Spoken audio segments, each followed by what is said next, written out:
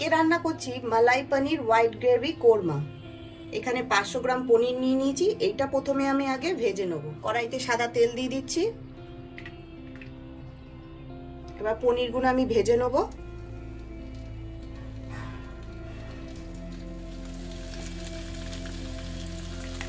অল্প একটু নুন ছড়িয়ে দিচ্ছি উপর দিয়ে।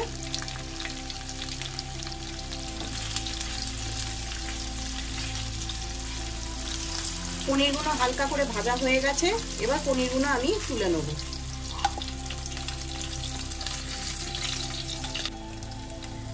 এবার বাদ বাকি পনিরগুলো ভেজে নেব।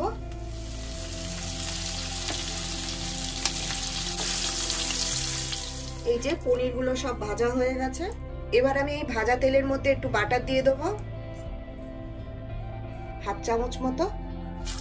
আর দেবো এলাচ আর দারচিনি ফোড়ন,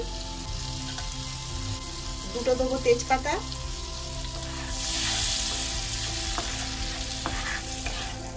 এখানে 4টে ছোট সাইজের পেঁয়াজ ডুমো ডুমো করে কেটে নিয়েছি, এগুলো আমি তেলে দিয়ে দেবো।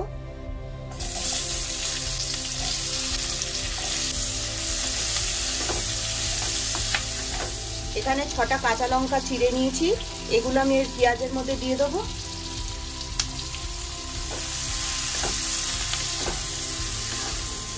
পেঁয়াজগুলো হালকা করে ভাজা হয়ে গেছে। এবার আমি এর মধ্যে 1 চামচ আদা রসুন বাটা দেবো।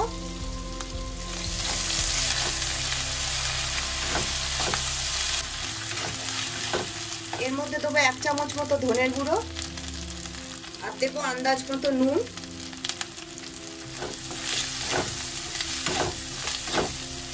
এখানে কাজু আর চারমগজ নিয়ে নিয়েছি, সেটা আমি এর মধ্যে দিয়ে দেবো।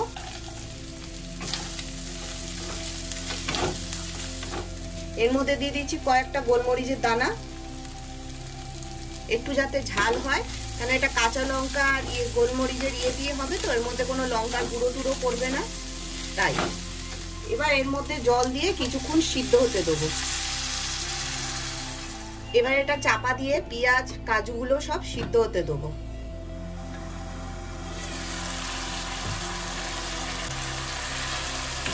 এই যে পেঁয়াজ কাজু সব গলে গেছে। এবার এটাকে আমি ঠান্ডা করে পেস্ট করে নেব। আর আমি এই তেজপাতাগুলো বার করে নেব। এই যে এগুলো সব ঠান্ডা হয়ে গেছে। এবার আমি এগুলো পেস্ট করে নেব।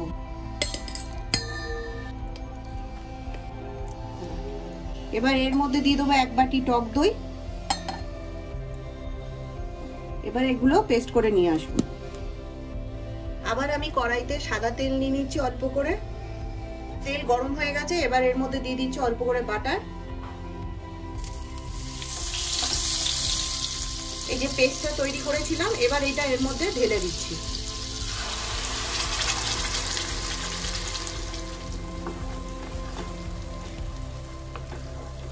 চার ধোয়া জলটা দিয়ে দিচ্ছি।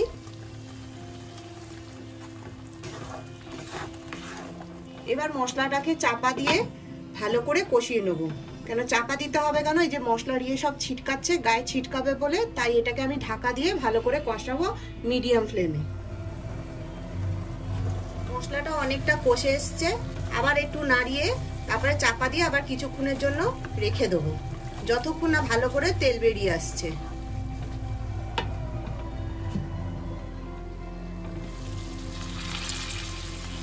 এই যে মশলাটা ভালো মতো হয়ে গেছে, তেলও বেরিয়ে এসছে। এবার আমি এর মধ্যে একটু জল ঢেলে দেবো। এবার ঝোলটা ফুটে উঠলে পনিরটা দিয়ে দেবো। এবার এর মধ্যে দেবো আন্দাজ মতো অল্প করে নুন, 1 চামচ মতো চিনি। চিনি কেন দেবো, কেন এর মধ্যে টক দই দিয়েছি, তাই জন্য এখানে চিনি দিতে হবে। এবার এর মধ্যে ভাজা পনিরগুলো দিয়ে দেবো।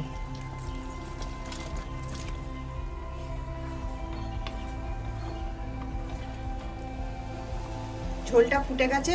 এবার আমি চাপা দিয়ে 10 মিনিটের জন্য লো ফ্লেমে পনিরটাকে সিদ্ধ হতে দেবো। এই যে পনিরটা সিদ্ধ হয়ে গেছে, ঝোলটাও শুকিয়ে এসছে।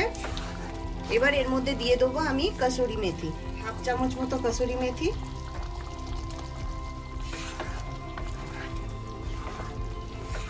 আর দিয়ে দেবো ফ্রেশ ক্রিম।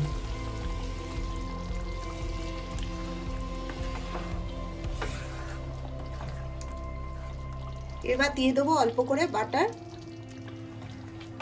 রান্না রেডি হয়ে গেছে, তৈরি হয়ে গেছে হোয়াইট গ্রেভি মালাই পনির মোমো।